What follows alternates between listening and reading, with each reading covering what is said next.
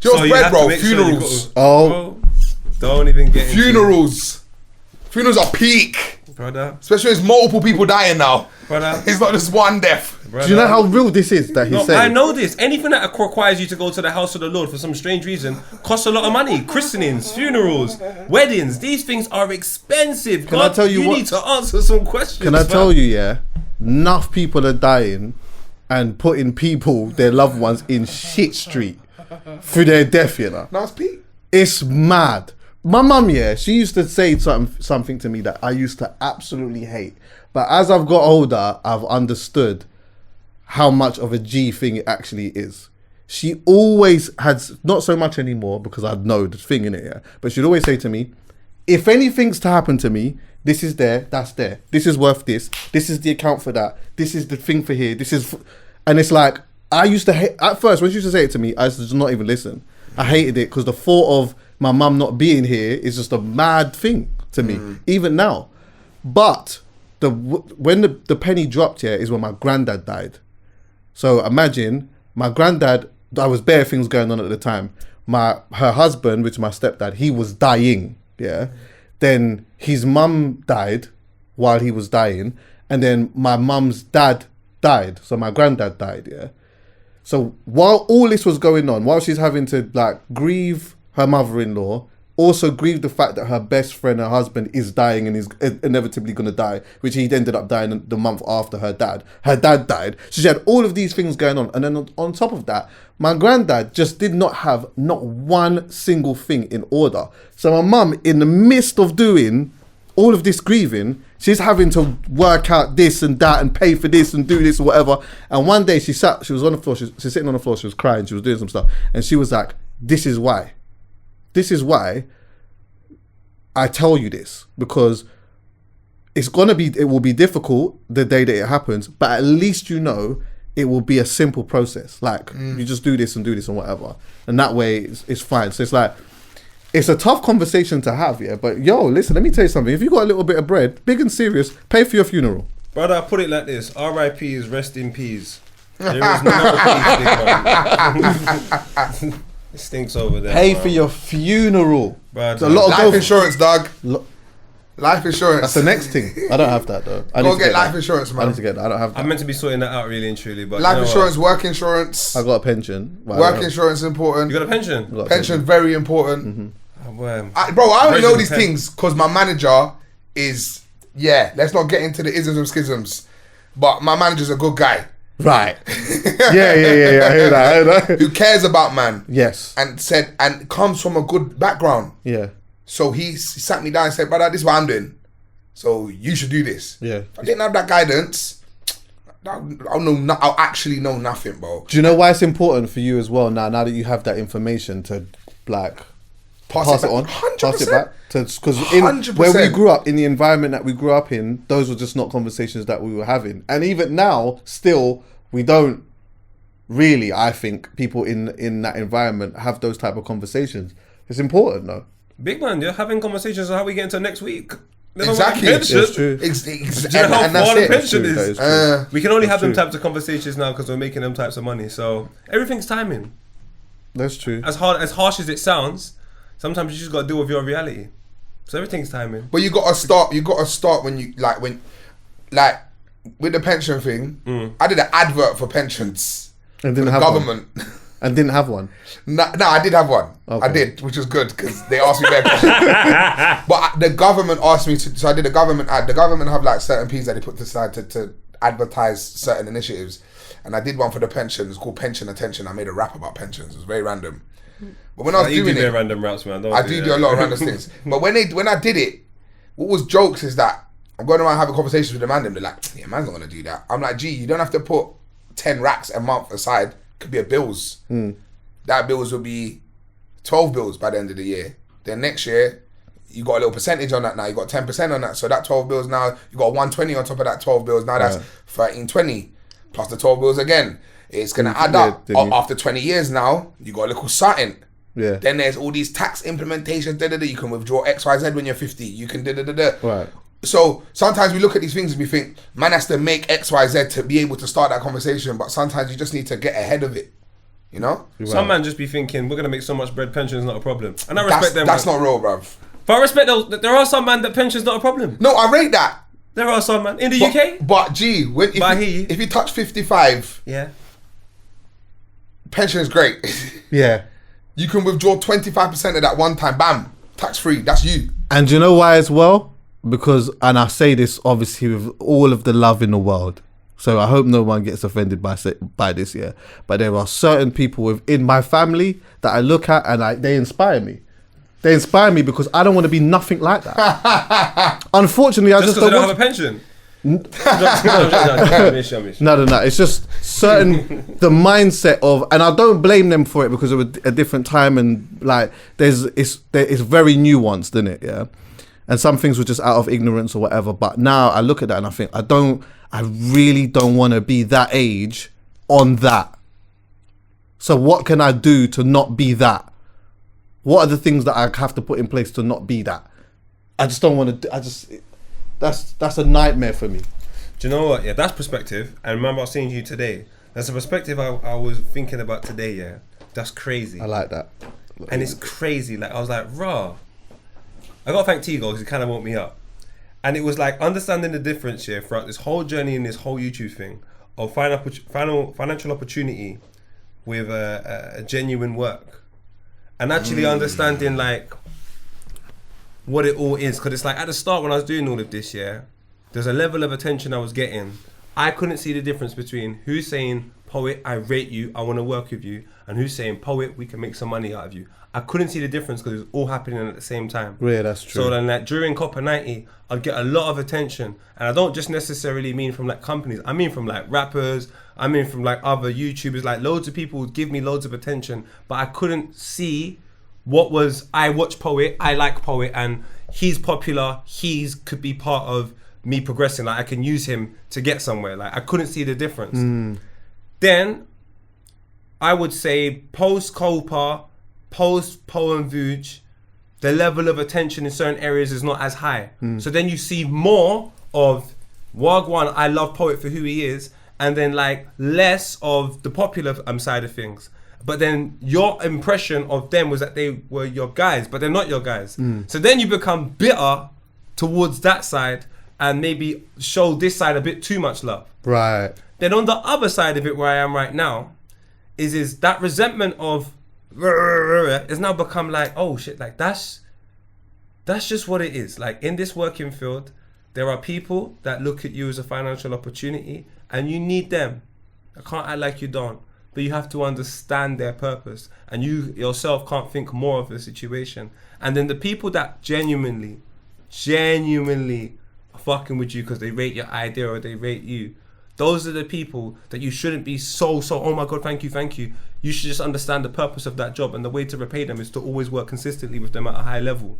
So those people are like you, Chuckie. Do you know what I'm saying? When we started working together on Hcpod, that's through genuine work. But if I got like a brand deal, I shouldn't be like, so, oh my God, it's just, that just is what it is. Transactional, keep it professional, make sure I do everything I'm required to do, keep it neat, keep it sweet, keep it moving, but never show the level of interest and love that I would show over here, for example, with the likes of Tigo or J2K or Colin Batstar or Zio. You say that do you feel like your balance was off? My balance was off. It's back on now, because then when I would get an opportunity from, say, the commercial standpoint, I'd be like, bun you guys, out of the resentment of like, you man don't even care about me like that, but they're not meant to.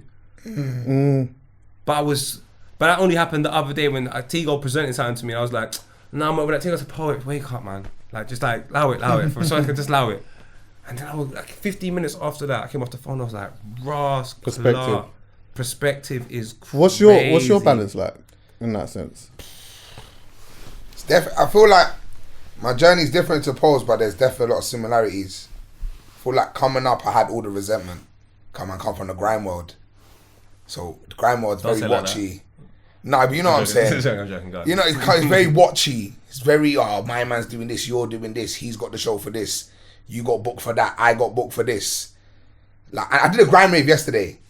But I wasn't supposed to. So it's mad. Yesterday put a lot of perspective for me. JME was headlining this Adidas show. It was a flagship store. Ross at the flagship. Ross Squad was there. A couple youths were there, and I just went because Jamie's my guy. Came out of him. did liquid shells with him, and I left. And when I was there, some guy was just talking a lot of crowd. He was moving a bit weird, and he said to me, "You just do food, yeah?"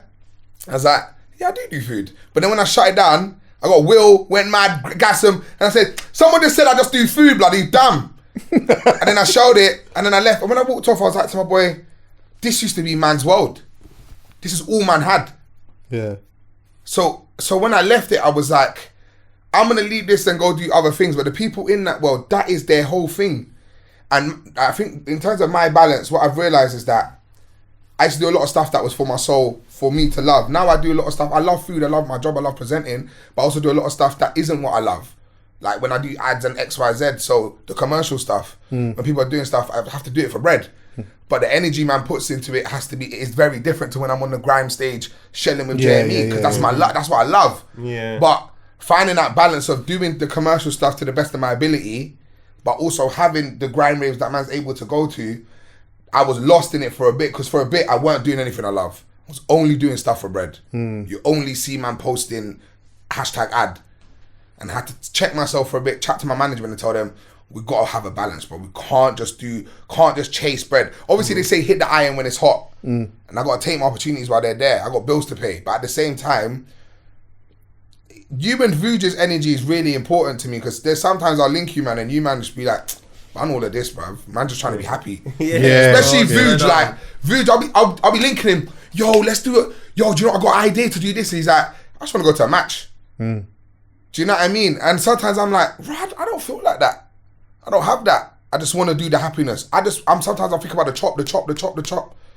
And that's where I got lost in it for a bit. But now, thank God, I feel like I'm on a balance where I still do my #ads, but also do stuff get that the money, my brother, man. But I also do stuff that I love. And I'm very lucky and fortunate that I'm allowed to do both. Yeah. You know? I feel like I'm very lucky that I'm able to get paid and also do stuff on the other, like still make music. Because like people check me on road, they're like, yo, do you still make music? Yo, do you still? And I'm like, yeah, man, I do that. But I also do all of this stuff because I kind of need to. Do you know what I mean? Did you feel offended a little bit when my man said, right, you just do food? That's the thing. It's like, I'm not offended. But the energy is that it's kind of like, you're saying it like a vial. Like it's weaponized. Yeah. It's a double-edged sword. It's like, you just do food.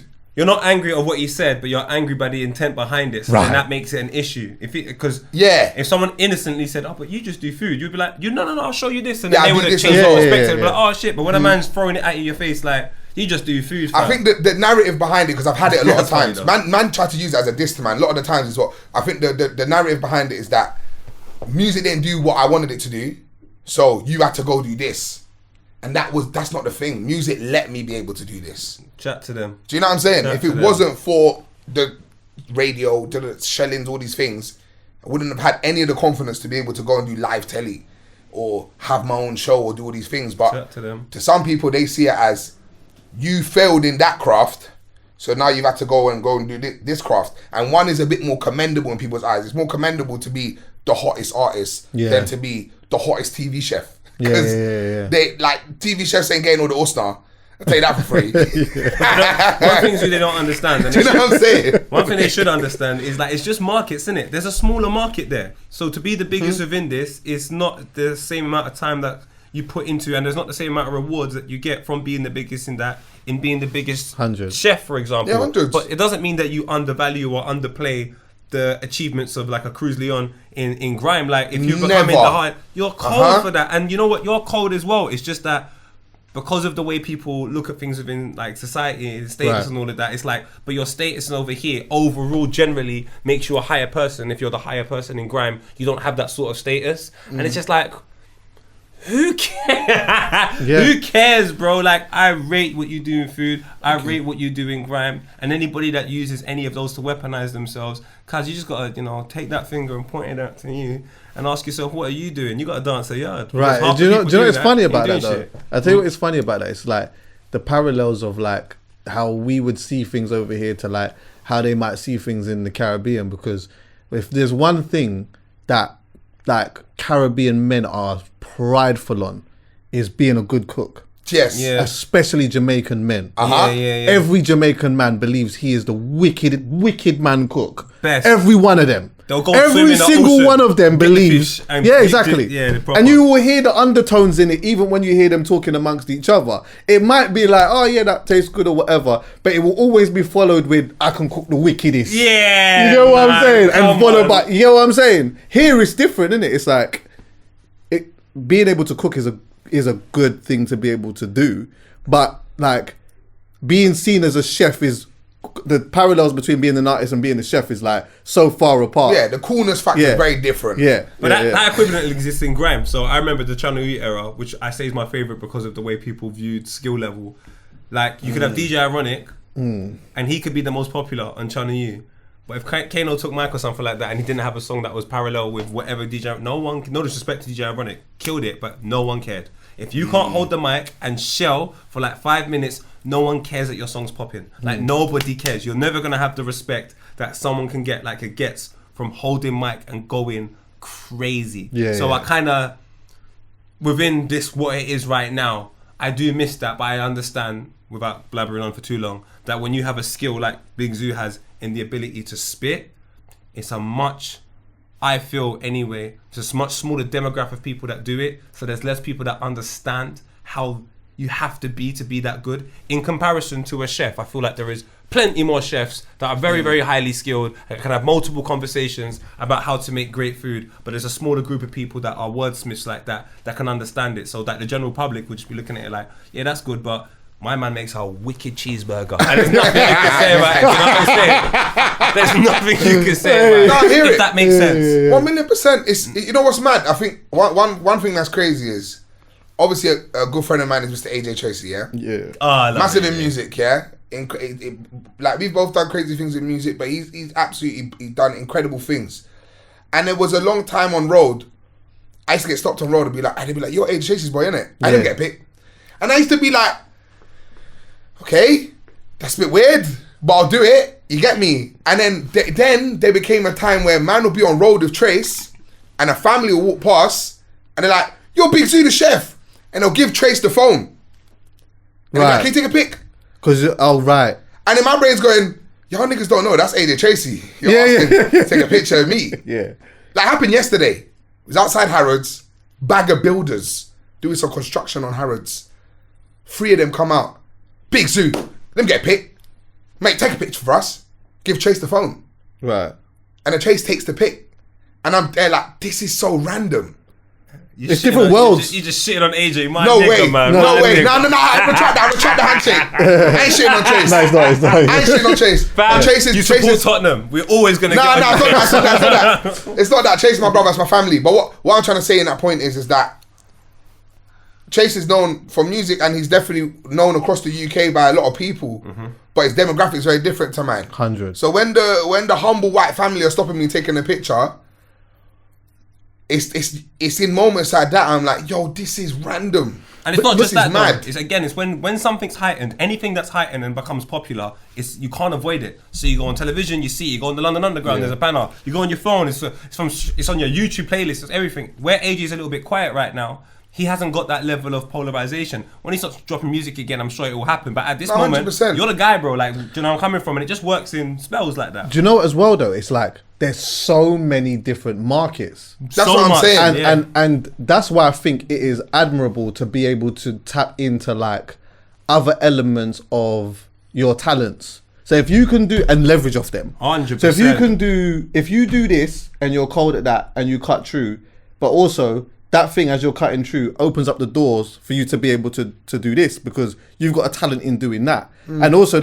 might be a light little niche in there as well, like where you come from, the way that you speak, what you represent. Seeing somebody like you coming from here doing that can open up the doors for a whole bunch of other people to come through and do that. It's like you're leveraging off things that you are already good at. And that's where, and maybe talking from a point of privilege, is like that's a win in life. 100%. If you are able to find something that you are good at, or find a couple of things that you are good at, and be able to leverage off those things, then incredible. It's like even talking about the marketing thing. Is like I'll come out, I'll do the pod and whatnot. When I was doing the documentaries with Vice, and I'm going and doing that, it's like the types of people that are coming to me off the back of that is Yeah. completely different to the Very like true. going and doing the doc in Poland. Hey, you know I live in an area where there's bare Polish people. Yeah? They must love you, bro. I would be going to the shop every day, normal. None of these Polish people really. Maybe it's like somebody, the youths of a certain age might know me through the pot. Maybe even more so the fact that Poet has got such a, you know what I mean? Crazy. So it's like when Poet then comes here, then they see Poet and they see me next to him or whatever. But it's like after doing that doc and then being in my ends after that, it's like a whole next market of people that didn't know who I was before but knew me off the back of this. But it all stems back from being able to leverage off a talent that I have. Do you know what I mean? And then being able to find different pockets in that. But and then on top of that, then finding the balance of doing commercial and doing what you ultimately really like. You know what I mean? Yeah, and do commercial. Like I'm saying to people, definitely do commercial, but make sure, like what Zoo said, is don't forget the essence, because commercial comes after. So the commercial will leave you if you stop doing what you love. Because 1,000,000%. Wait a minute, you ain't even the same guy that we invited in the building like a year ago. Who's this guy?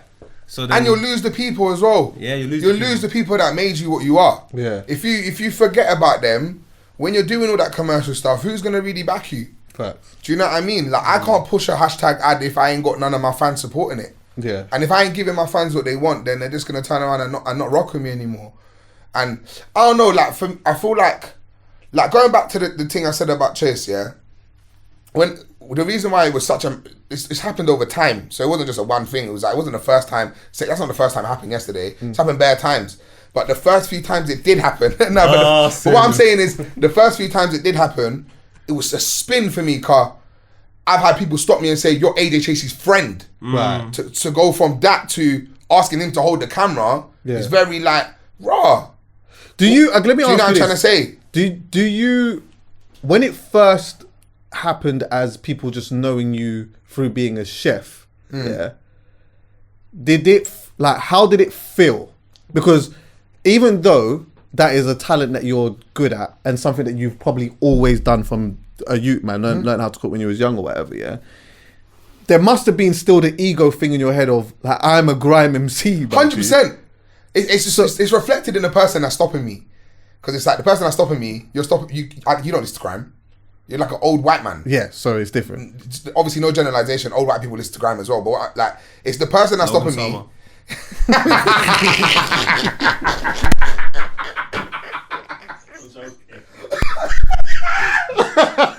Ah shit. Shit. That's too funny.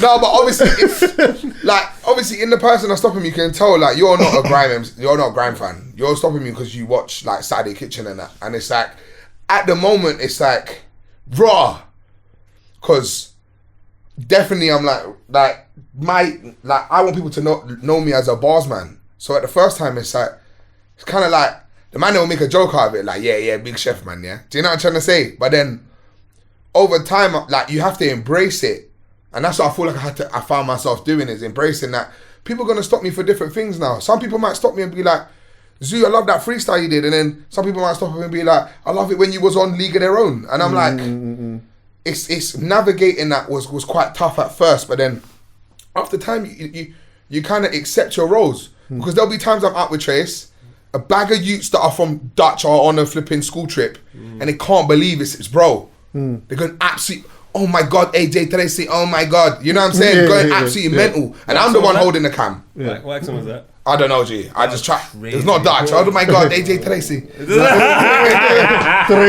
know what I'm saying? Though? Like man's seen it where there's a bag of fans that walk past, can't believe they've seen bro. But then he's seen it where there's a family from Scotland who are going Carnaby Street for the first time ever and can't believe it's man. So, and one thing, we're brothers, so we both embrace that and we both love it. And I feel like sometimes when those moments happen, the ego is the first thing that comes to your mind. It's like, bro, like sometimes I think, does bro even want to take the picture for me? But I'm there like, no, don't ask him, ask someone else.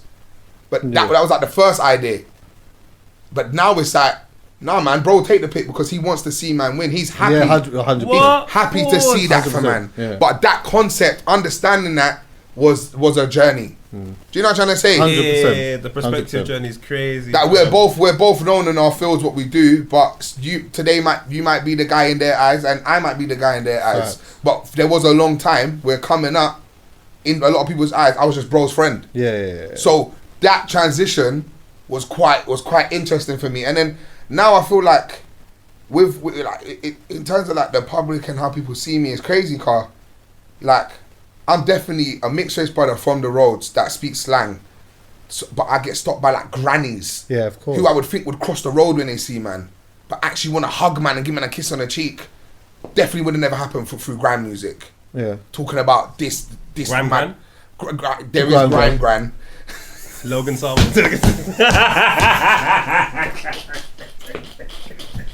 You can't generalize it from the pole. You can't. He said Logan Summer grind. He's gonna say Hyper Frank next.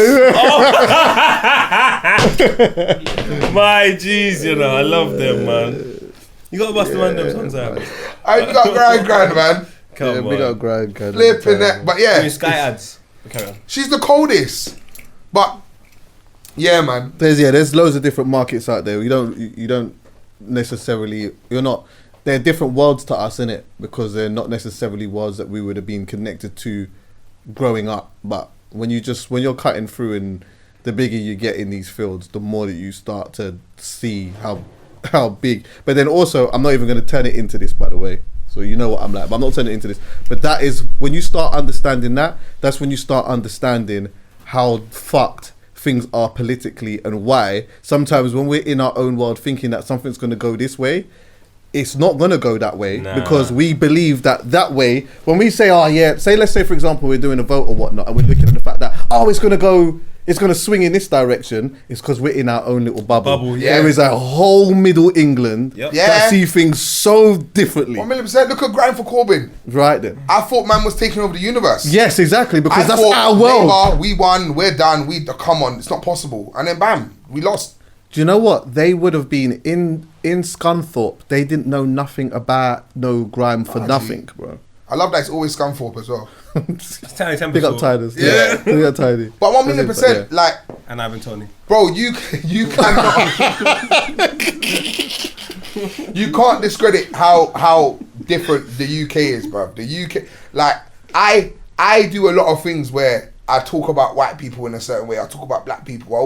I try to be vocal about certain things, and sometimes I forget that I'm marginalising people that don't actually understand man's perspective. I'm still gonna carry on, but I'm definitely on Dave. I'm on channel Dave. Yeah. Like, who watches Dave? For real. Yeah. Dave is a real, yeah. When I go Liverpool, Manny come out the station. Hard. Yo, the nitties are coming up to me. Strong.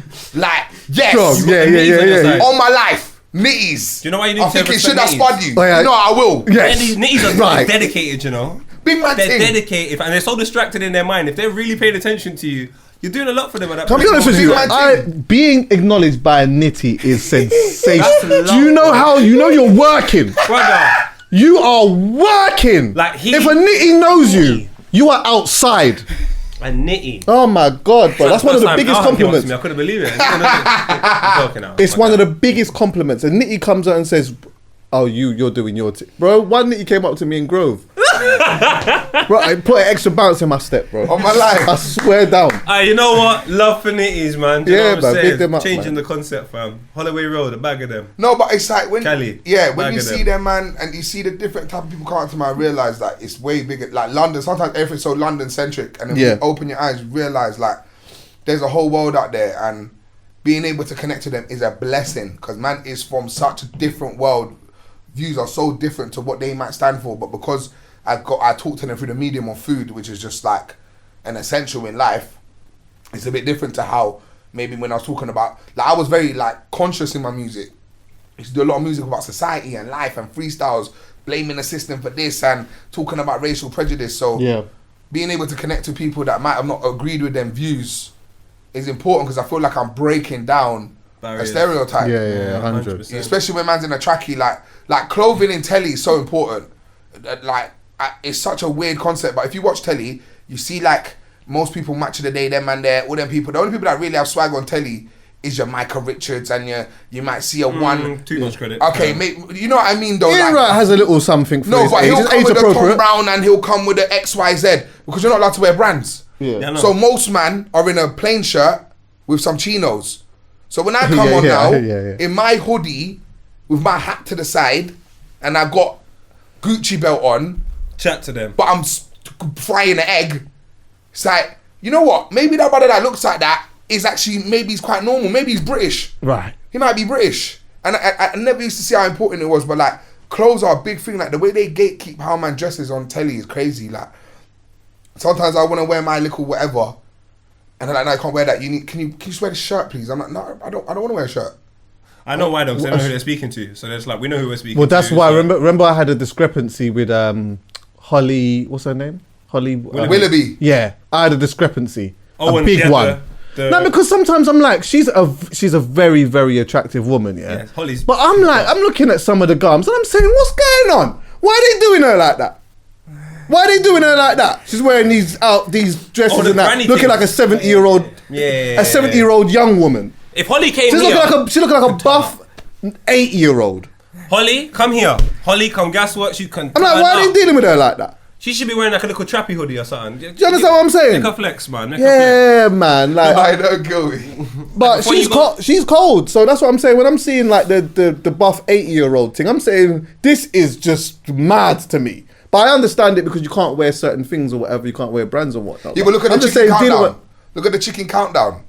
They make her be an extra bit saucy. What the hell's that? The gal from Countdown. with, The one that Oh, does Carol the... Vorderman. No, the new one. Oh, they got the next one. But Carol back in the day, same way. Carol's Chicken my countdown, babe. That's yeah. your babes. Come on, man. Yeah, put it on the screen. What's her name? Rachel Riley or something. Rachel Riley. Yeah, they make Is that her name? little. Her garms are a little bit Put more it on the screen. Rachel. because they know daytime, midday. The man them at home watching that going, oof. I'm gonna watch Countdown. Oh yeah, I know who this is. Rachel's looking real Rachel-y. Yeah, strongly. Oh, raw. Yeah. Like compared to Holly. Yeah, compared to Holly, her thing. No, is but You proper. see it straight away. I don't want to over sexualize it. Nah, man ain't trying to do that. They'll go to me. But still, I'm just saying comparing her. just to click the on way- that one. Click on that. Sorry. Her compared to Holly. Up, one up. Left, yeah. Oh. That one. Yeah, man. You get what I'm saying? You get what I'm saying? Why not? Why not? It's not yeah, really my flex, man. but go on, Huh? Rachel. It's not really my flex. Come on, man. What I'm saying is that they know what they're doing with her swag. Go Of left. course. Go up. One up. Do you know how many? I'm even. That's fine with me. See that? That's good. No, but put Countdown so you can see the countdown fits. But my saying is, do you know how much people have a Rachel in their hood? There's probably bare Rachels in bare people's hood, so it makes sense. Rachel wouldn't work in Tivoli Gardens, but she works over here. Yeah, I like all of that. Yeah, It's a bit yeah, more- exactly. Yeah, I'm on that. Yeah. So I never thought we'll get here. Huh? I never thought we'll get Yeah, here. of course. No, I did because- Countdown the other day. But Holly- I take Cats does Countdown, and she was there, and I was like, I said in the show that you're looking kind of leng in real life, and I was like, did I just say that? I hope you cut it out, bro. Did middle?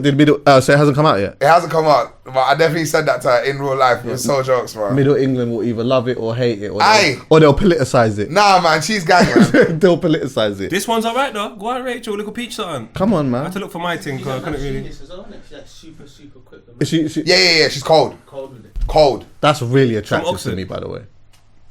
What? She's quick with maths. Yeah. Alright, before you go on to the next point though, Chucks, I want to just reflect on one thing you said quickly, which is so interesting about the journey of two people. Go on. I think I've had the luxury of seeing it with so much people as poet because I remember starting Copa with Vuj. He had a lot of attention because of the work that he'd done before. By the time 2016 comes along and we got Filthy and we got Hcpod and I started doing Vibar, 2018 start doing Gasworks, it's a lot more poet than it is Vuj. And then like moving forward now, it's a lot more Alhan than it is poet. So like all the transitions, it's a lot more, it's just crazy, fam. Even working with Chuckie, like there's a lot of, it's crazy. It's just crazy seeing everyone's journey and how they've all polarized. I find it very, very, very People work interesting. together though. Yeah. It's like the David Sedge thing. Yeah. Cause when they made crazy. Sprinter, who did that benefit more? Maybe both, I guess. But that's what I'm saying. It's about perspective though, because to someone's perspective, it's like someone would say, Sench, Pat and Dave on that tune. I think knew a market universally. would say that. I think Do you get universally it? did. I think from because at the time, there was so much people talking about Central from Doja Cat, innit? Yeah? Yes. America, like, and all of the other places in around the world or whatever. Also, adding to the fact that, like, I think it does help that Central is, like, racially ambiguous as well. So you don't know where he's from. Yeah, so like... That definitely helps. He's Guyanese. He's Guyanese? Yeah. And something else. Serious? From Guyana, though. Real? They're crazy, you know? So I think... Guyanese people are nuts, fam. Come on. Yeah, so I think that, like, from, like, a worldwide perspective, I think Dave benefited a bit from that. Even though Dave is still, like, when you look at his tour numbers and stuff like that and what he's actually doing, because I think Dave in America, in Canada and whatever, he's already doing, like, really big festivals and stuff. And as I said, in America, he's already doing, like, 5,000 capacities and whatever else. Yeah. But I think Sench, even though Sench hasn't done that yet, he hasn't done the 5,000 capacities and whatnot in America. At that moment in time, that Doja Cat thing was so big. Yeah. They were all just talking about that. You put them two on a record together now, it's like, there's that, see, we were talking about Middle England, there's Middle America as well, innit? It's like, they know about this Doja Cat thing. So now you're seeing Miss Avedon too. And and then also put Cortez in the mix of that. It's all branding. At the height of the brand. Do you know what I found mad? Is that their birthdays were one day after each other and they dropped it on their birthday. Who? Dave and Central. I didn't even know That's that. why the song My 25th Birthday is that song. Oh, so I actually didn't know they that. dropped the project in between both of their birthdays and they both turned 25. That's crazy. I didn't know that. That's nuts. I found it super tapped. In terms of energy, the fact that you're dropping this big project, one of you just turned 25, now the next night both, so at that 12 a.m. when the project's dropped, it's both your birthdays. Kind of. Kind of, yeah. Not really, but you know what I'm saying? I mean, if you drop it at 11:59, by the time you finish celebrating it, it's the next person's birthday. Yeah. So it was just, when it happened, I was like, they're both at a mad point of their career. Mm-hmm. They're both doing mad things, but like someone out there is gonna say, yeah, that pattern Dave or Dave pattern Sench, and that was really interesting to me because I saw it online. I saw people like saying who bust who, and I feel like perspective. Yeah, pause. But you see I'm a TV man. Yeah. The white things. The white things.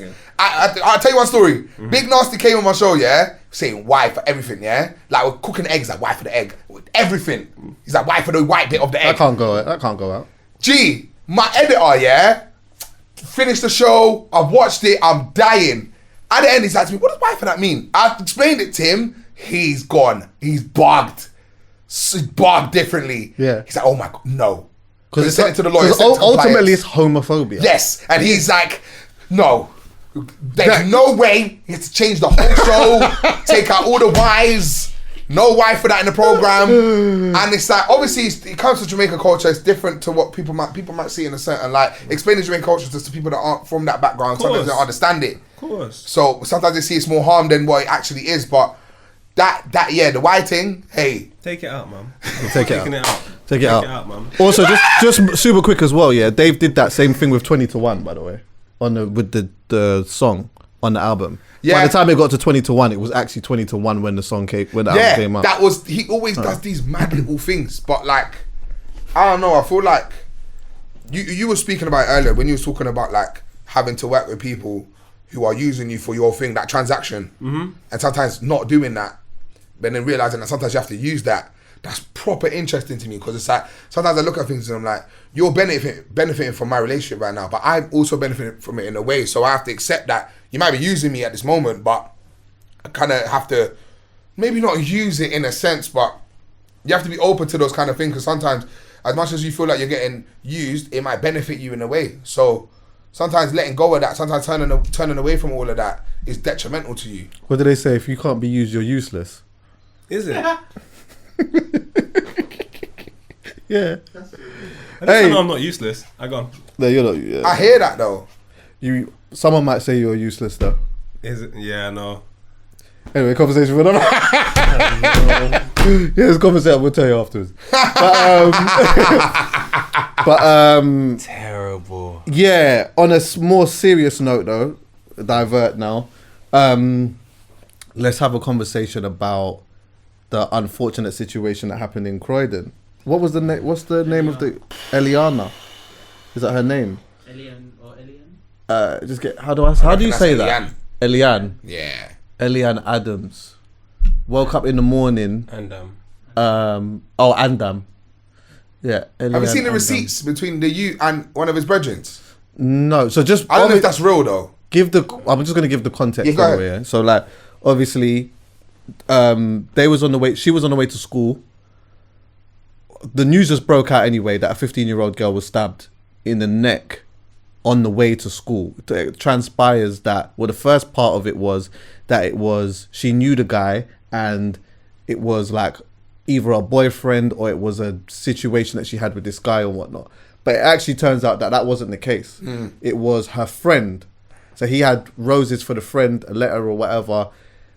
However, the girl rejected it or whatever, and it just turned into this thing. And he's backed out his knife, but then she's gone to help her friend, and in the process, she's got stabbed in the neck. And I watched that, yeah. And this is my thought process a lot of the time when I see mad things happen to people, yeah. Is that like, I always think, someone is about to receive a phone call that is going to change their life forever. Someone's going to receive a phone call that is going to change their life forever. Most likely a parent, is some type of guardian. I'm not going to just assume that her mum and dad's there. Maybe they are, I'm not sure, yeah. But like, imagine, yeah. You know what it's like, even getting up for school, that whole thing.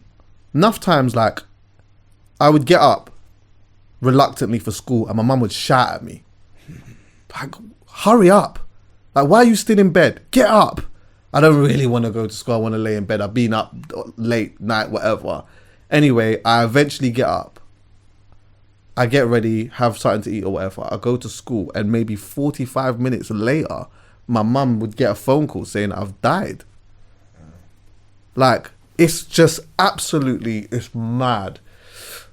Obviously, what was your thoughts when you lot first heard about what happened? I saw your tweet that you said that. I saw that and I was thinking about that.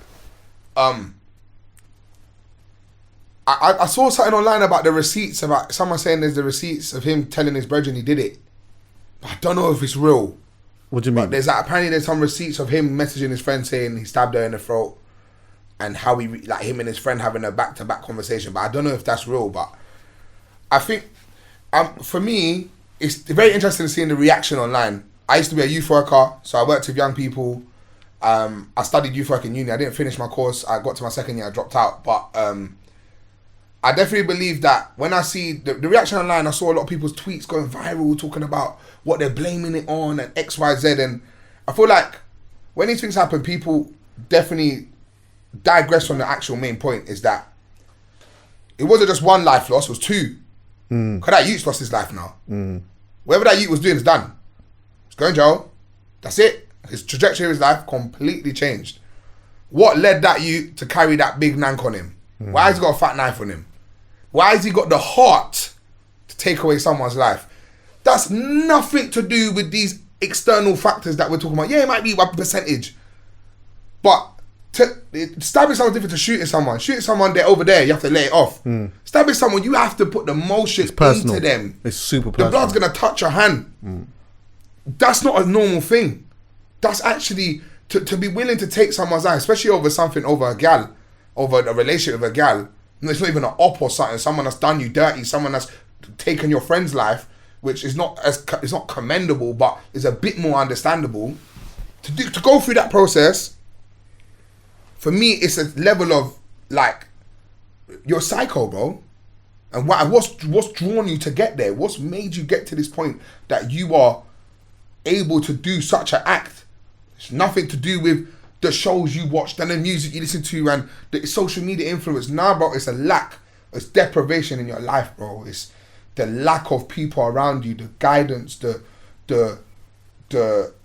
role models, the people that actually can steer you in the right direction. And for me, I always think about that. Like, it's incredibly sad that a young person's lost their life and their family's gonna have to deal with that moving forward. And may they find peace in whatever happens, and may they get the support that they deserve.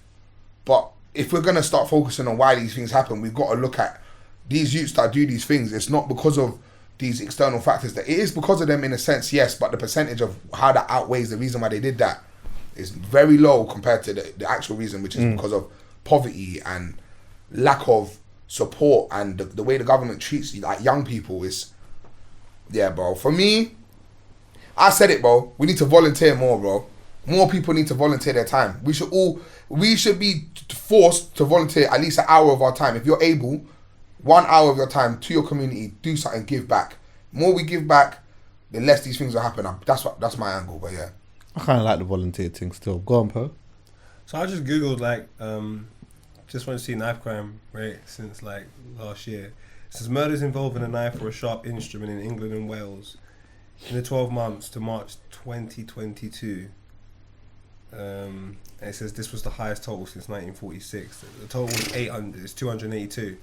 So my thoughts on the actual incident. Unfortunately, I wasn't surprised. My thoughts on what should be done, I have no clue. Because knife crime was an issue when I was younger. I'm not going to pretend it wasn't. It was a massive issue when I was younger. And I would just like to explore, and we're all from similar environments, so we have an understanding about some of the things that go through some people's minds, but as years advance,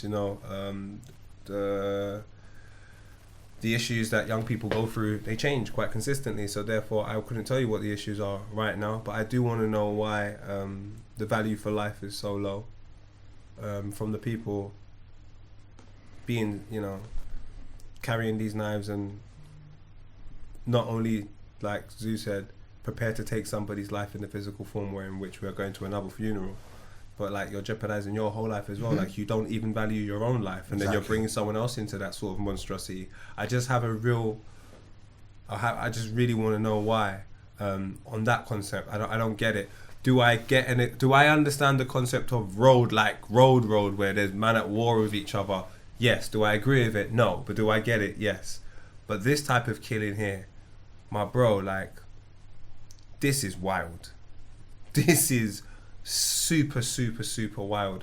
And if this is going to become a common occurrence, and I haven't seen the statistics in great depth, it might be at this present moment in time, I don't know. But if this type of senseless killing over, Jesus Christ. Bro, I've seen the picture as well. It just makes it even harder, bro. If this becomes a common occurrence, I really, really do worry for young people in general, because there is no value for life. There is genuinely no value for life, it seems, amongst a minority of individuals in these communities. Yeah, bro. It is mad. I feel like over the years of podding, we've always like come back to these type of conversations through circumstances and whatever, yeah. And I've always been of the opinion that like there are on one side there's a lot of like accident murderers, in the sense of there's enough youths out there that are carrying knives and that, more so because they're shook, because they're thinking, you know what, my man's got one, so if that's the case, then then I'm gonna have one. And then sometimes even having that mentality, you can end up being a victim that way anyway. Yeah, there's that. There's also like, you put that into that equation of these different areas having problems with each other, and like this is the part that I will never understand, because it wasn't like this for me. But going to school from one side, like living one side and then going to school over here, and then getting on the bus and having to go through different ends to go to school, sometimes also causes some of these youths problems now, because you definitely feel like you need to 100%. Do X, Y, and Z. Yeah, but the value for life is the thing that seems really tricky, because there is a part, like I remember I mentioned this before in the pod before. I was talking to a girl she's a criminal lawyer, yeah, and she defends murderers, she defends fraudsters, bare different people, whatever. And she said that one thing that is a common thing for her when she gets in a young youth that's like stabbed someone, killed someone or whatever, is that when they get there, she'll have a conversation with them, but then at the end of that conversation, at the end of the day, they think that they're going home. Yeah. They think, okay, well, I've given you all the information that you need, whatever it is or whatnot, like, when can I go home? And so you couple that with this youth doesn't really understand the concept of death and murder. Really. Why is that?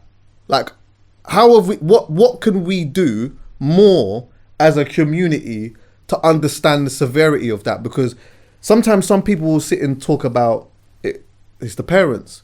It's not.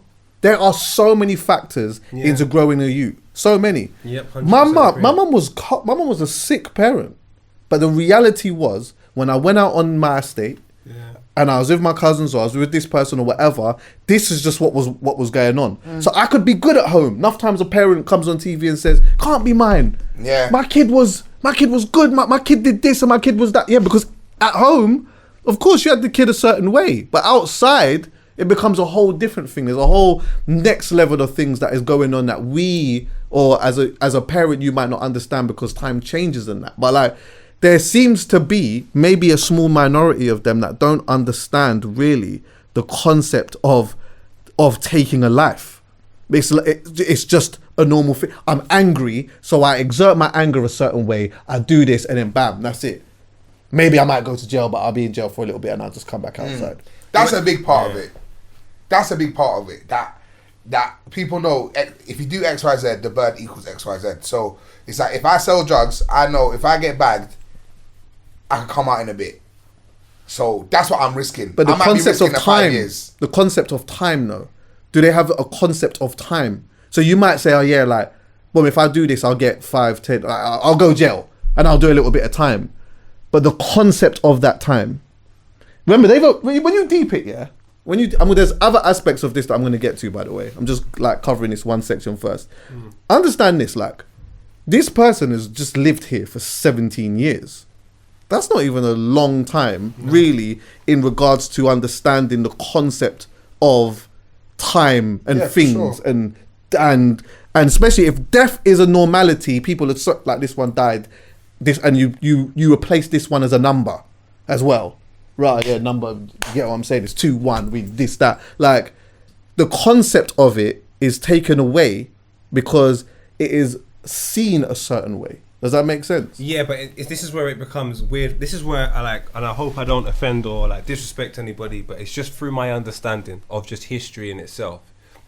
Man itself, animal, all of these individuals are territorial. Animals and people are territorial for whatever reason that may be. And their territory is completely determined by them. It's not determined by anybody else but the animal or the person in question. So in that concept of death, as sad as it is, I understand. Whether it be Ukraine at war with Russia, whether it be 2 ends in West London beefing, whether it be a lion in his thing and the next lion comes across, I understand that concept, but I don't agree with it. But I understand it because there are principles applied within it, which mean people operate in a particular way. Now, when that death is common, I'm like, Jesus Christ, what are you going to do? But I don't really have a clue because it's down to the principles of the individuals. Each single thing is probably accounted for due to the behavior of an individual. It's nothing personal, but if you do this, this is what happens. Okay. In this situation here, I'm led to believe, I have nothing to quantify this, but this individual seems to have no principles. Because this is a senseless killing. This is crazy. This is before lunchtime, my nigga. I'm on the bus in the morning and the first thing on my mind is murder to a young 15-year-old girl. I don't understand the trigger. I get it if my man's from this end, I'm from that end. I'm walking to the sweet shop. There's my man. That's a trigger. That's because of the way you're designed, you're conditioned. So that person doesn't matter what they are. It's just that they're from that side. This situation I've got here, a rebuttal just quickly though. Yeah, no, but I just think to myself, you have no principles in any capacity. You live by no law. You live by no guideline. You just seem to do what the you want. Yeah, because again, it's the concept of, or the lack of concept of death. Because even when you say you see an op, that's a trigger, that youth's trigger could be rejection or feeling a certain type of way. And so to him, he now, like we, especially as men, especially that comes from a certain place, we have a thing of not wanting to be seen as a pussy. And sometimes that's contextual, because something might happen to you and you might feel like that someone's taking you for a pussy, and I might think, that's mine, that's not even that deep. But we see things very differently. In this youth's mind, I have nothing to, I don't know how, I'm just going by just the information that we've got given. It's like, there's a trigger in there, because in his mind now, he's thinking, I've gone and done whatever it is that I've done, and I've extended the olive branch or whatever it may be. And now, my actions have now made me feel like a pussy. But it's the thing, I understand where you're coming from, and I understand that basis of it, and maybe I'm not articulating myself appropriately.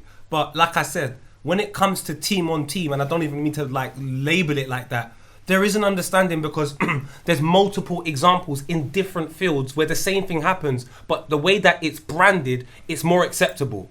So if an American soldier goes to war and kills somebody in Iraq, no one's gonna go, "Oh, you're a bad person." But if one man kills an but that's because I think we are probably all guilty at times of not fully understanding the concept of death. And I totally agree with you. Because sometimes when you hear about like, there was a bomb that got licked down or whatever in this thing, you think, it's mad, like there's a bomb.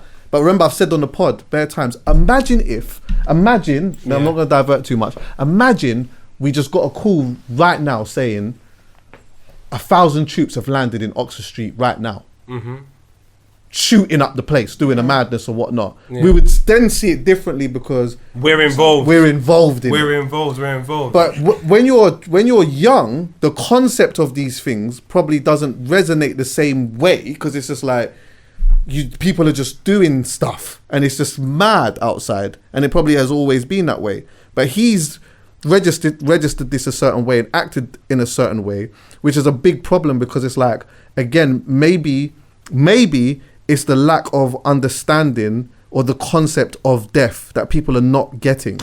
But and that's why, and the point I was going to get to at some point was, at some point, I'm not saying you solely blame them. You're not, because like you said, I know some great parents, but I feel what led you out of whatever situations you were doing were your principles.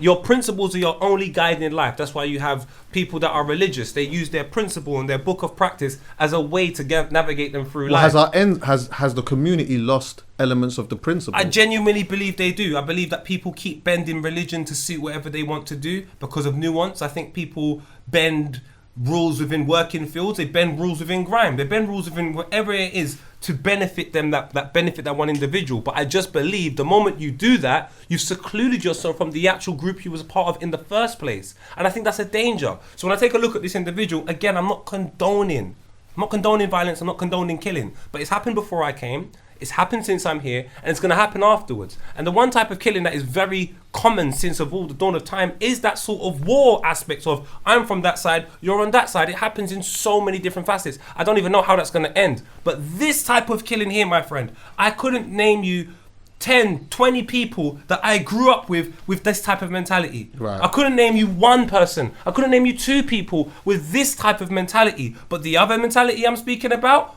I know man that have gone to war. I know man that are in different types of problems, so I begin to gauge and have an understanding of it, and we can find ways to tackle this. This is very worrying for me. This is extremely worrying for me. Very, very worrying for me, because I go, what home did you come from? Do you think that with all of this, with all of the problems that have been had, and the mentality of like a minority of youths that are carrying on with this type of thing, there's an extra problem in now youths not necessarily knowing how to maneuver, like young boys in particular, not knowing how to maneuver their emotions when it comes to girls? Possibly. So now if you couple the element of not understanding the concept of death, really, already having the mentality of that you're going to do X, Y, and Z if somebody troubles you a certain way, then you add the other element of naturally you're always going to fancy somebody. There's always going to be someone that you like. There's always going to be someone, you're going to encounter someone or whatnot. Now this element of it filters into this dynamic now, because ultimately this stems from an element of rejection. A rejection is now triggered me again, the same way that it would trigger me if I saw an op. I'm dealing with it with the same smoke that I would deal with that. So then there now becomes an an added problem, which might have always been there, in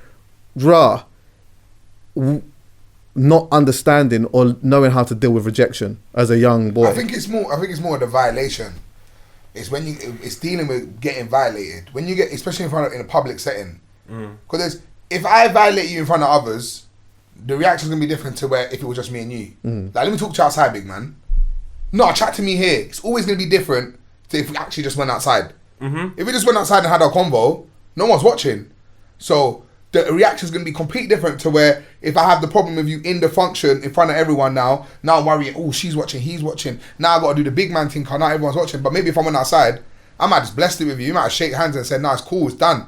But I think one thing that's definitely very mad. Where I'm from, there's 3 separate girls have been shot in my hood because they was trying to shoot someone else. 3 separate gal. What, the girls were trying to shoot someone? No, guys were trying to shoot someone else. Oh, okay. And they shot gal by accident in one square in my hood, Chippenham, not too far from it. I grew up in Mozart, across the bridge from where we are now. And then man got mad beef with South Kilburn. Like, it's out there, everyone knows. And growing up, there was twins. They got hit with a shotgun because they were trying to kill someone else. Just randomly walking on the road in Chippenham, like licked down. They didn't die, thank God, but they got licked down.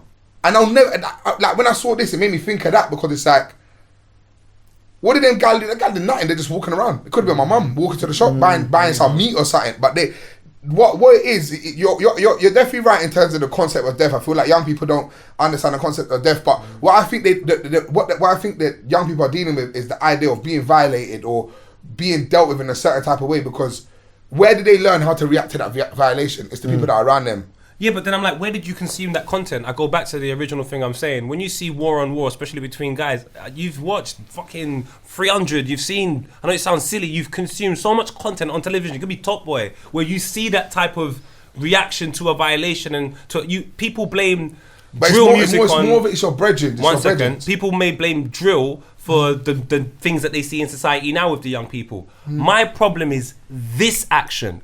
Yeah. I don't know where you see this. I don't know where you inherit it. I'm not saying the feeling. I understand the feeling. I really do. I understand the hurt and the embarrassment. But my brother, we're talking about to the point where in which I take out a machete and knife a gal in her neck. I don't get that response. I get the feeling. I get that I have to do something. But the actual action itself, I genuinely, from the bottom of my heart, I don't get it. And that's just very scary for me. Very, very scary for me. Because you don't know what the solution is. Yeah. But What the hell do you know where I think it what's comes the from though? solution? I think in these situations, like most times when these things happen, especially with young people, bro, they're just reacting off instinct and adrenaline, bro. And when you got something like that on you, if you got something like that on you, and you've backed it now, Yeah, you gotta back your in chat. that moment, so many things could be happening. We don't know what happened. Obviously, we'll have a more detailed response to what happened at that time. But when now you've backed out something, there's a thing where, like, people, like, when you have beef and you have all these things, you have to learn, like, growing up in the hood, you have to learn how to react if someone backs out a knife on you. That's something you have to learn, unfortunately. Something I had to learn. And one thing, there's a word that always comes, the word scatty, yeah? He was moving scatty. That's what people always say. Oh, my man did this and he was moving scatty. Or he did that. Because sometimes when people do these things, in that moment now, they're actually shook. They don't know what they're doing. They're bugging out. Like, now, in your mind, when you think about this guy stabbing this girl, probably something in people's mind, they probably think he's slain her or he's gone and bam. We don't know. He might have bugged out. He might have not actually wanted to do that. We'll never know until the case is actually like fully out and people tell us what actually happens. But I know from my perspective, from what I've seen, 9 times out of 10, unless you're some serious swordsman, knife man, 9 times out of 10, when youths back out these things, they don't know what they're doing. And they don't know the severity of what they're going to do. They just do it for protection and violation. You can't violate me, you can't protect me. I got to protect myself. So I think sometimes when these things happen, you have to take into account that it's a very specific moment. Even the way that the person, like, to be stabbed one time and die straight away is very unfortunate. There's people that have been juked up 20 times and they lived. But what you're describing to me, correct me if I'm wrong, and maybe I'm understanding it wrong, is fear. I carry something to protect myself of someone doing something to me. So Yeah. the concept of protection behind fear, I'm telling you, I think I get that. No, but I'm There saying is- it's the fear mixed with the violation. But that's what this is what I'm trying to say to you. The concept of that's why I say to you, I don't know about if they don't understand the concept of life and certain things, because I don't know the circumstances they're born into. Yeah. But the moment you feel like man's onto you to the point where you could die, me carrying something to protect myself makes perfect sense. I'm talking in this situation, the only fear is embarrassment. It's not death. So I hear what you're saying, Paul. I hear what you're saying, Like I'm going to kill you now. Like I Yeah, don't but get do you know that. what? What he's saying is it's because it ties together in it. So originally, I've stepped out of the yard because of fear, protection, whatever it is. Yeah, but in the process of this, I've lost my head. I've lost my, like. Okay, which I understand. I've been violated. Which, as hearing you talk here, is like.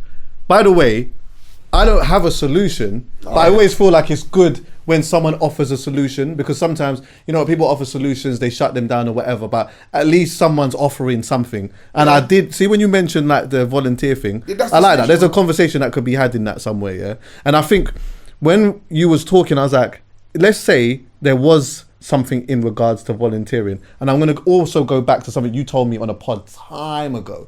I think I'd said I felt like it was too late or whatever, and you said it's not too late. Sometimes you've just got to get the younger youths. Do you, I don't know if you ever remember saying of course, that. I always It's like believe getting the younger lot before they get to a certain age, and it's like, you know what, having a conversation with them early on about violation and how you deal with what you feel could potentially be violation in your mind, because sometimes your mind will play tricks on you to make you feel like this is a bigger violation than what it actually is, and you can let that person know that's a normal thing. Yeah. There's a normal thing, but there's also another way of thinking, wait, hold on, is this violation really as big as it really, like, as I'm feeling it is right now? If we don't have those conversations with them, or have conversations with them like with understanding, which is morbid, but the real concept of death, then I think that you start to have more problems like this. And I do think that if you have more of those type of problems, not to say that it will be this is always going to happen. Someone's always going to get stabbed. Yeah. Someone's always going to find them. There's always going to be a mad thing happening. Yeah. But having those conversations of being able to, like, talking to them about understanding elements of emotion, what they do, what they can cause people to do, but also what you are able to do to combat that feeling, or even processing that feeling. Yeah, you're going to feel that way, bro. But that's a normal feeling. It's fine. You don't have to go out and feel like you need to do a madness off the back of it, though. Sometimes you just give yourself half an hour. Having foresight of the ramifications of your actions comes with wisdom, yeah? So if someone violates me and I bug out on you, and then I take it too far now, I'm going to sit there later and think about, Rod, I bugged out a bit too much. I gave you too much of my energy. If I didn't bug, I would actually be in control. Like sometimes someone might step on your foot in the shubs and now you're like, brother big man, what are you doing? Now if that leads to a fight, that all started from an accident.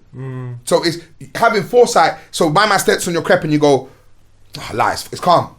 You're bad. Oh, it's cool, my brother. It's done now. Because now you understand the ramifications of what's going to happen next. Because if I bug out now, it can lead to a fight, which can lead to this, which can lead to that, all over something minor. So I think with young people, what happens, when I was talking about fear and violation, I feel like one thing that I definitely need to mention is that people also carry things to violate. So they have knives on them because they want to, because obviously they might be scared of being violated, yeah, but they also might not be scared of being violated. They want to be the violator. Right. I want to rob your phone. Like I got a little brother, he's been robbed like a couple times for his phone at knife point. And when he gets robbed and these things happen, yeah, it's sad, man, get upset, but it's also life, man has to deal with it. But when these things happen, the advice that people always give my bro, even if I'm with my boys, whatever, they go, at least nothing happened to you. At least nothing happened to you. Because that person that's robbing you for your phone, they don't really want to juke you up for an iPhone. But if you start moving scatty and not giving you your phone, then you might get stabbed now. And then also they feel like they're getting violated. Because I'm trying to rob you, and then now you're moving mad, and now you're violating me because are you dumb? Yeah, that's what it normally goes down to. Are you dumb? What you think you're not gonna give me your phone? Bam! Whereas obviously this is very different to that, but I feel like the violation part is where people do stuff that it goes back to what you're saying in terms of the concept of death, but also understanding the ramifications of your actions. You ain't seen how Some youths have got knives right to tell, but they don't know what happens when they stab someone. They've seen their brethren do it, or they've seen someone around them do it, or they might have seen it in a TV program, but they don't actually know what's going to happen. They don't know what, like you said, that woman, the lawyer talking about saying, the youth goes, so when am I going home? Because they don't actually know, yo, big man, you're about to hold a serious bird. Your life's changed forever. You can't get a job now. You can't go abroad. This is you now. Do you know because one you've never thing? seen that, unless, you got brethren that have been... Unless you got brethren that have been nicked for killing someone or murdering someone, or you got a friend that bust an M charge, or he did a case and everything went through red and he's still on road. Unless you've been through that, which is not everyone. Not everyone has a friend that's actually bust an M or nanked someone, done an AM, or actually done something to someone and got away with it. 9 times out of 10, you don't actually know what's going to happen after. You don't know if I do this thing, what's going to happen to my life after. All you know is that, okay, I might do something, now I'm going to be on a run. Feds are on me. You don't know that actually, bro, you do something like this, like, you're on a bus. You're going to jail, bro. Can I say something? Like, you know, we're speaking... I don't know if I can't say we are speaking like this, but I feel like some people speak from incident forward. What do we do? How do we stop a young man going on the bus and doing this? And I think that's like stage 8 in my mind. Yeah. That's like stage 8. I think I can't say it is stage 1, but it could be the early stages, is PR, which is going to sound crazy.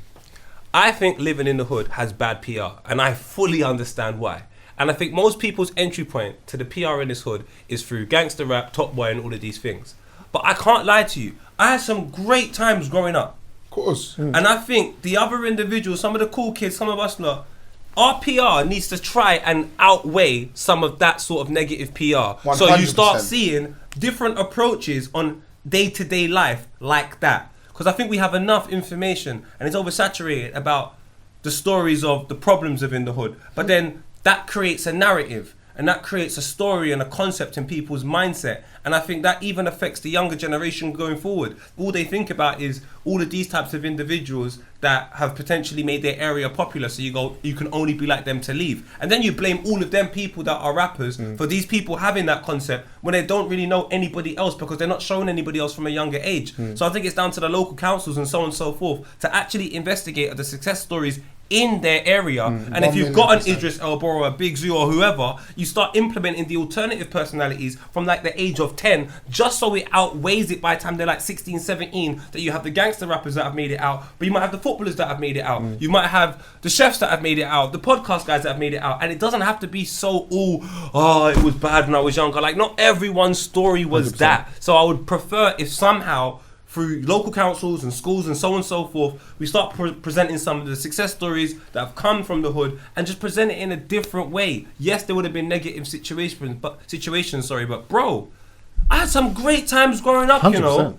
Why are we not hearing these stories? Man, have to volunteer their time. I love that. I'll be honest with you. I love that. I also will say this as well, yeah. The reality also is that we experience. That is part of life, yeah. When we're born, we experience, we have emotions, and we will, regardless of anything that happens around us, we're gonna experience emotions, good, bad, indifferent, whatever. Yeah, these are all emotions. But just to go back to a point I was making, one thing that I've always said to my brother was, I said to him, listen, he's in a long-term relationship. Yeah, he's young. I said to him, bro, I hope that this relationship sees its way out to the end. I hope so. So don't take me saying this as wishing downfall on your relationship, yeah? If it doesn't work out, I hope that it is also because it might be something you don't want. I hope so. But let me tell you this, bro. If your relationship doesn't work out and it is because it's something that she doesn't want to do, I'm letting you know that you are going to go through a whole bunch of emotions you didn't think was possible to have. Now, I can tell him this. The reality is he still has to feel it anyway. But I'm still preempting him, bro. Yeah. It's mad. I know, bro. I was in a long-term relationship. I came out of that. I'll tell you now, bro. I was in a massive pickle for a strong bit. I was going through all of these different things because you know what? I'm supposed to be a man. I'm not supposed to feel this type of way. I'm supposed to be, right, she don't want me no more. I'm supposed to just cut through. All right, cool. Let me just go out and chop this and do. Bro, none of these things work. Nope. None of these things work. These are the things that work for me. They might not work for you, but these are the things that work for me. However, what I'm trying to do is implement a mindset with him where if that ever does happen, of course he's going to experience the feeling, because it's important to experience that feeling so you learn from it as you get older and it becomes a story that you tell and whatnot, and you can move forward a certain way. But that voice in his head will be there. Do you get me? And when you hear, when you already. Yes, and when you hear, see, like when you talk about the volunteering thing or whatever, it's like if you hear a bunch of different voices that are saying, "Bro, you see when you feel violated, yeah, trust me, it feels mad because of boom, boom, boom." But I'm telling you, bro, like when you do this, it's like when you start experiencing the violation, you can't help the way that you feel. You can't, because that is the initial thing that you're just feeling, innit? It happens straight away or whatnot. But there's still some voices in your head that is saying, "Bro, like this is what he was talking about." Yeah. You know what I'm saying? This is what he was talking about. And there isn't a lot of that. Because a lot of youths are not talked about in processing emotion. So now you deal with violation, rejection, whatever it may be now. You're just dealing with it in the standard stock status quo way that is in your head. Yeah. Rah, what? Is this how I... What? Do you get what I'm saying? And I then know you get what problems. I'm doing with Zayn and Khalifa now. The moment they get into a relationship, I'm going to ask them who they are. And they have to write down like 5 things. And if I start seeing a mad thing, I'm gonna ask them, "Who are you?"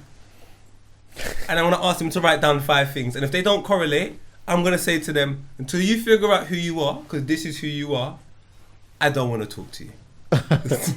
No, I hear it. I think it's also They have to go and do something. It's important though, just to like, because you can't tell somebody what they should do when they're feeling a certain type of emotion, but it is enlightening them in this is that feeling that you're feeling is actually a normal feeling, but these are options. Here are options. You have to let them know, like, these feelings you have are temp only if you behave in the correct way. Right. Because the moment you do the wrong thing off the feeling, big man, you're doing life in prison like Lucy. To bits. Now, guy, this is important though. And what you said about different role models, different aspirations, gives people a different background. I'm going to my school on Monday to do a talk for Black History Month, and my teacher, I'm really good friends with her, Miss Andrews, big up Sharon. She said, "This year we want to do it a little bit different. We want you to talk about how important your sisters are in your life." Right. And so they want me to bring my mum to do a talk. It's very random, but my mum's going to do an assembly with me at 8:30 in my school for the year 8s. It's so random. It's very random, but it's going to give them a different perspective. And the perspective that we're going to give them is how important my mum was to my journey. Then I'm going to talk to them about my journey XYZ. And that's me having to wake up at 8 o'clock on a Monday to go to my school. Like, I'm not getting paid for it. I'm doing it because I think it's the right thing to do. That's my little, what I'm doing for the week. I know, okay, I've done that to help some people.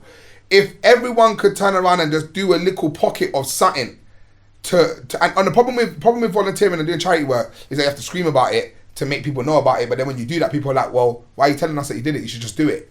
But the more we show people that we're doing stuff, the more it might inspire people to do these things. It's like. I told you, look.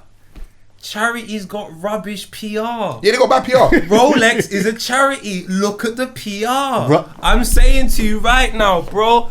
The first time things don't go right, the first man I look at is my blood clot self. I hear where you're coming from, but I just think to myself, my dog, I think Black History Month is bullshit anyway. No, I hear that. I think they should be implementing these things and indoctrinating them into society on a normal, and then you won't have to label it at anything. No, I understand. Man just end up just. But you have to start somewhere. That's the thing. I think we should start the right place though.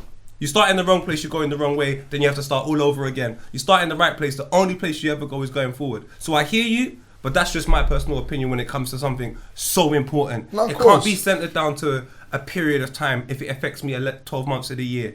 Let's try and make this happen all year. Let's have Big Zoo in there every month. No, of course, and I think that's very important. Do you know where I'm as well. coming from? Because it's kids, you know, and the moment you do it like that and you label it like that, I think significance as you get older becomes a small part of your life, in opposed to No, continuous. Every day? And I think that obviously with the Black History Month, that's a whole convo. But Yeah, but also more of charity. In terms of the charity stuff, yeah, because my first ever job was for a charity called City Year, which is part of the National Citizenship Service, where as a young person you volunteer a year of your life to working as a TA in schools. That was my first ever job. I got a bills a week, £100 a week. That's what I survived off. Shout out bills as well. Anti-bills, but that's what I got. To work in, I worked in Haggerston Girls' School. I worked there when they just transitioned into a mixed school. So all the year 10s were the oldest boys. I was 18 years old, working with 15-year-olds, giving them a little bit of advice on how to live life. And I will never forget how much impact I had on them young people. Because to this day, I still get young people from Haggerston. They're like, I'll be on road. They'll be like, I sir. I'm like, what do you mean, sir? They're like, I used to teach me, you know. I'm like, rah, mad. And that little volunteering I did has had impact on young people to this day. You can't measure how important that is. And obviously everyone has their life and everything they do, but I feel like the more we can do stuff to give back through people, and you are right, charity does have bad PR, but it's always that paradox of giving a homeless man food and recording it. People say, why are you recording it? But that homeless man is still getting the food. So for me, with charity, the problem with their PR is that to scream about doing something, sometimes it takes away from the thing that you're doing. But then how do we raise awareness with that?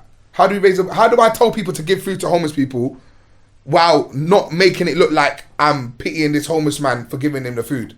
Because while you're still benefiting from the food that I'm giving you. I'm hearing you, but it's just it's bad PR. If it doesn't work and the people don't like it, you just got to hold up your hands and say, my bad. But that's what I'm saying, how do we flip it? Do you know what? I haven't got the answer right now, but I definitely feel charity work that is self-preserving? Is that the extent? Is that the term? Self-preservation. Self-preservation. That makes me physically sick. So I don't like that. I like, let's just be good every single day. Like you, the person you are every day, that's what we should have. Do you know I'm coming from through whatever working avenue you have, because you have a lot of knowledge, bro. I got to grab something from upstairs quick. Do you know, we actually have you got howlers? Yes, I do. Alright, cool. Would you go and grab something? Yeah, let me... This is not even Hey, big up to my man as well, yeah, from Pangea, who sent me this, by the way. Love and guidance every time, yeah. No way, to these damn howlers. Aye, man, then. I had to go grab something upstairs. Well, yeah, what did you grab? Water. Yes. Drip. Oh, Yes, yeah, drip. Yeah, man. Come on, bro. We got a one, that's the still. That's the sparkling. I'm not sparkling water, Don. I am. So, Are you? Right, come on. Bam. Sorry, Skepta. It is what it is. Oh, you saying? Bubbles in your mouth and that. Skep. Don't say it like that, though. That doesn't feel right. So what? Talk to him about this. Canned water. Yeah. We launched this month. Nat with the teeth. That was crazy. I've never seen. Hey, it's been done now. What? Am I going mad? Yeah. It's been done. Natural mineral water in a can, which means our water comes from a well, and there's nothing added to it. What are we saying? Is it good? Tastes like water. Come on, that's what it has to do. As long careful, we don't want it to spray on man and ruin the drip today. Man. Allow me, bruv. I care about your clothes. It's proper though. It definitely tastes refreshing for sure. Thank you very much. That's straight from WH Smith. Yeah, man. WH Smith, yeah. Yeah, man. We launching some other places towards the end of the year. And I am the owner of a canned water brand, which is very nice. Cold. We did the advert in Jamaica, cold, which is just so random. Why? Thank you. Because I was flying Jamaica, we needed to do an ad. I said, well, why don't I just do it in Jamaica? I tried to get Popcorn to do the chorus. He told me he wanted 70 bags. Oh shit! So I didn't get Popcorn. 70 bags. 70K. So you didn't give it. So you didn't give my country any money. Of course I did. Okay, that's I invested in a lot of things over there. We linked her with a brother called Shane, who does a lot of. He was our you have a fixer who's the person on the ground that takes care of the stuff, and Shane just did the Taliban's remix video. Okay, he works with a lot of great people, and Shane had us in the hood, in great places, doing great shots, incredible things. Thank you. We went to a Chinese shop, which is at the. Let's not big them up too much, please. Okay, we won't big up the Chinese shop too much. Just reframe a little bit. But we went to a food shop in Jamaica. In Jamaica, and we filmed some great shots in there. And next time, go to an authentic Jamaican shop. Thank you very much. We was also in places like that. It's just we needed something to film in it. Right. And then got some incredible models in the video. Right. Some Jamaican models. Yeah. Thank who you. were incredibly beautiful. I thought you was gonna say Chinese again. Nah. And then went to he took us Uptown Mondays. And oh yeah, Wedding Wednesdays. Yeah, I've been there. And yeah. Jamaica. What a you know- place. Yeah, What a man. place. I love Oh it there. my God. I love it there. It makes a lot of sense. Do you know one thing I have to shout out though? Go on. Their work rate. Things take long in Jamaica. When you order food, you might be there for 2 hours. Yeah, things take long. People are very chilled and relaxed island. It makes though. sense. Come on. But the work rate when it comes to the music. Yeah, I proper. went to the studio, recorded the advert in one of the studios there. And there's a guy called Kraft, he's an artist. I was billing up and Kraft walks in, he's like, my brother, yes, what, I could jump on this. He's not even, you haven't had a conversation with me. Can I jump on this tune? I'm like, go on, do it then. Bam, written his Quickly. verse straight away, boom, boom. He's like, I gotta go film a music video upstairs quickly. Films a music video, comes back. He's like, yeah, go on, we're making the tune. Bam. I'm like, right, like, Yeah. They you're a big are- artist. Yeah. But it will never be like that in England where man just walk in, yeah, what can I touch this quickly? Yeah, bam. The work rate is different. Then man, it makes sense why they release 15 songs a month because they're just on a different level the work rate, it proper humbled me, made me realise that I need to go harder, bro. Like, Yeah. They're on it, bro. Like I linked up with Valiant, I made a song with Valiant as well. Oh, did you? Man. Yeah, bro. Like big Valiant, he was like embraced, man. When he first met me, he said, "You from Bram?" I said, "No, I'm not from Bram." And A lot of Jamaicans over there. yeah, a lot Yeah, of there Jamaicans is, yeah, there. there is, yeah. And he just held me up. Valiant showed me a lot of love, but yeah, Yard and that energy, you put it into Drip, and the advert did really well. Yeah, man. Big up though. Yeah, man. big up every time, man. Come on, man, just thought let me bring it for them, man. Then. That's a cold move. Before we you. go into the howlers, I just want to show someone something. Basically, yeah, someone was upset that I keep getting at the Chinese in Jamaica and left a long message talking about them being a minority and me being a minority. I should show some understanding. Oh, that's cat. So I just thought I'll show you this. What's that? It says that there's 1.4 billion people in the world that are from China. So if you are a minority, blood clot, what am I? What am I? You're backside about minority. We're back outside though with the howlers. And the first howler, we're going to go over to a place famous for Maradona, famous for Italians, apparently people that are fascists, whatever that means, and people that are racist. Yes, Napoli have done something a little bit inappropriate. There was a TikTok video they put up of Victor Osimhen, and sounds unfortunately, bad. they decided to refer to him as a coconut as he missed the penalty. If I'm being totally honest with you, it doesn't feel right. And on top of that, Osimhen, the footballer himself, has deleted every single photo of Napoli off his Instagram. And when he recently walked into the ground, he blanked two of the man them. So Osimhen, I'd like you to know two things. First of all, there's a space on this sofa for you. And most importantly, secondly, Arsenal want you. This is facts. That's craziness.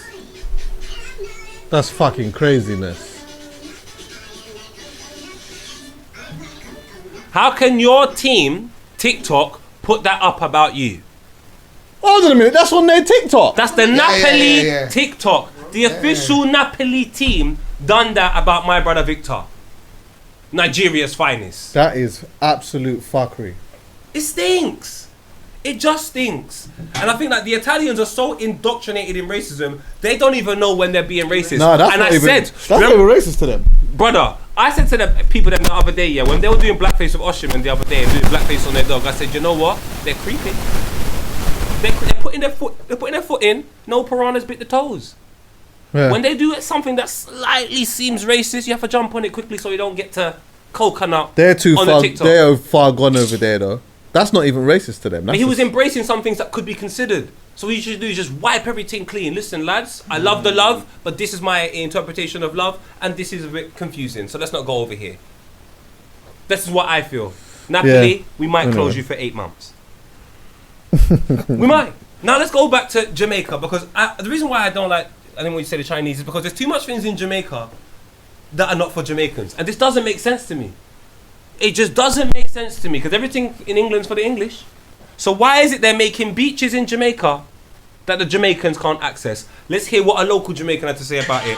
Nor's Arscon has been fishing at his local beach for most of his life. But a company bought the land in front of the beach and built a cement wall around the property. The plan? To build another resort. Me personally have no access to another beach. So we had no choice than to go where they push us. Me been occupying that beach for 70 years. Those beaches was like our playground. Now, I'm not going to go into too much of what's said, but I'm just saying this. I understand the concept of gentrification, sorry, because I'm from North London. I remember when Tottenham looked a little bit different, and then they burnt down Carpet Right, and since then it just hasn't been right. I'm also from the era of when I saw Hackney, and robberies were just consistent. Now we got Mendieta doing DJing in Dalston, so things have changed, and I appreciate change. But you see the foundation where all the nutriments come from. You see the foundation, the mecca of any one place. Leave it alone. So you see Jamaica, if you can take a look at the past how many years, let's say the past 50 years, all the wonderful things that Jamaica has produced. If it's been produced a particular way, make it easier for them people to keep producing. Stop making it difficult for them. They've already have it difficult. Now them can't even go to the beach. Yeah, That's but crazy. Come on. Even when I was there, man was experiencing it. Man saying, "Where's the beach?" They're like, "Yo, most of them are privatized. We can't go there. Yeah, it's been like that for a minute. But that's the problem. Yeah, like I can't speak on other countries, but I will say that like in a few Caribbean countries, I feel like sometimes they pander to tourists way too much. 1,000,000%. Like even remember I said this before. I'm like I went to Antigua. And like you go to certain places and that, and they're just playing bare like just pop music and that, and it's like I don't want to like. But them countries always been like that. Jamaica's a bit rebellious. No, Jamaica has always been like that too, bro. You come outside Montego Bay and they're doing Yaman. No, people don't even say that anymore. No one does, but they cater to the tourism because that's a few ways to make money. Innit? Yeah. But I'm saying, do you see that Jamaican man? Yeah. He's always been there. I hear you still, but all I'm saying is I that can't see that Antiguan brother yet. Yeah, I hear that. I can't but see what it. I'm saying is that like more time that pandering that they're doing, they don't need to do like it's like an element of overthinking. You know what? Let's just push these people aside because no, a lot of people actually want to come for a super authentic experience. Yes, 100%. Yes, there is maybe a part of it that you might want to shelter some people from, but like trying to create this glossy extra side of it to make it seem like this is what it naturally is like. It's bollocks. Nah, I went to Treasure Beach, which is like St. Elizabeth is because there's two sides of Jamaica. You have the south and then the north. And the south, they haven't built the roads. Like they haven't built the toll road. So if you want to go Montego Bay to Kingston, it's one nice little drive. But if you want to go to the bottom to Treasure Beach, it's a myth. Yeah. And it was mad because when we went to Treasure Beach, a lot of people were telling me, why are you going there? But then a lot of people were telling me, oh, you're going to go see some of the most beautiful sides of Jamaica. And when I went to Treasure Beach, it was unbelievable. It was like, it felt very authentic. It was beautiful. And it was like, it was kind of a side of the land that was, obviously they had their resorts there and they have the XYZ, but it felt like a side of the land that was still kind of authentic to what Jamaica is.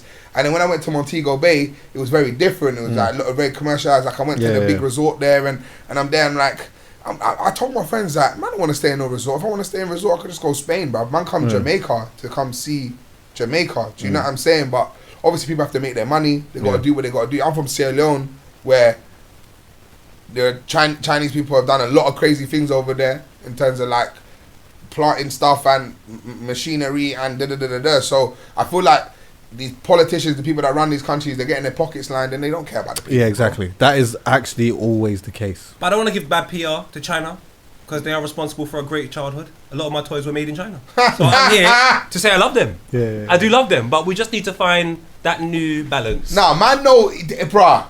If it is. Anyone wants to get upset at what man's saying about what the Chinese are doing to these third world countries, bro, it's smoking crack, bro. Are you dumb? Like you can go look at the evidence, bro, to what they are. They're going to the politicians, lining their pockets. They own. What was it? Is it 7% of the African landmass now?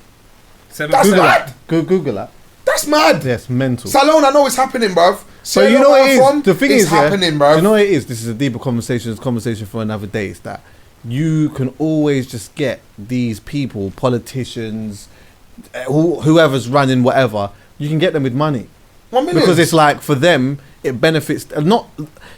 I believe that only a small percent of them only usually do what is good for the country until it gets to a point where you can be bought out, and then most of them just end up buying out. 100%. And if you've got most of the money and you've got access to certain things, then you can buy your way into it. If it is 7% of that, It's 7%. This is around 7%. around 70%. All right, boom. Give it 10 years. Give it 10 years. They'll buy more of it. Because So, what they like, do... who's the wicked people? Them who's got the money, or the people who's selling out the people? Then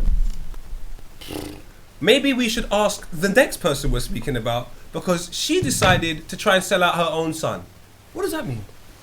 What does that mean? I hear you say. Basically, this young lady decided to try and kill her own son to get his insurance. yeah, that's common. That's right. A young woman happened to be from. I'm not going to say where she's from. I'm just letting you know that it needs to be closed for 10 months. Strongly. The only place where a woman will try and kill her son to get his insurance is in what country, Zoo?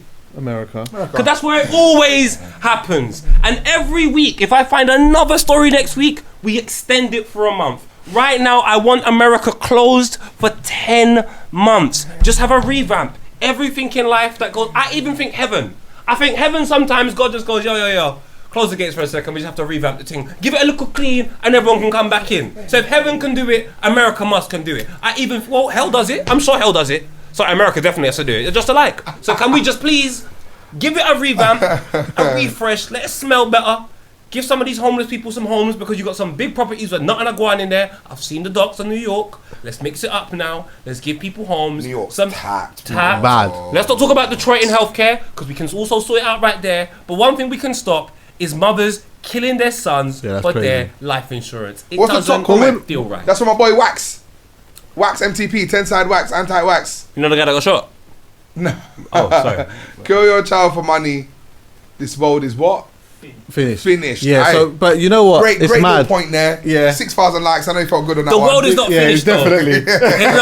Anti-wax. But yeah, The enough world's people not are- finished. enough- Zoo has made water. The world Yeah, is Right going then. good. Let's Yeah, Come come on. on, G. Let's not. Hey, It's Zoo, alright. Zoo, love for coming through, my bro. I Blessings for appreciate having it, me, man. man. Come back again soon, yeah? 1,000,000%. Love and You know God. already.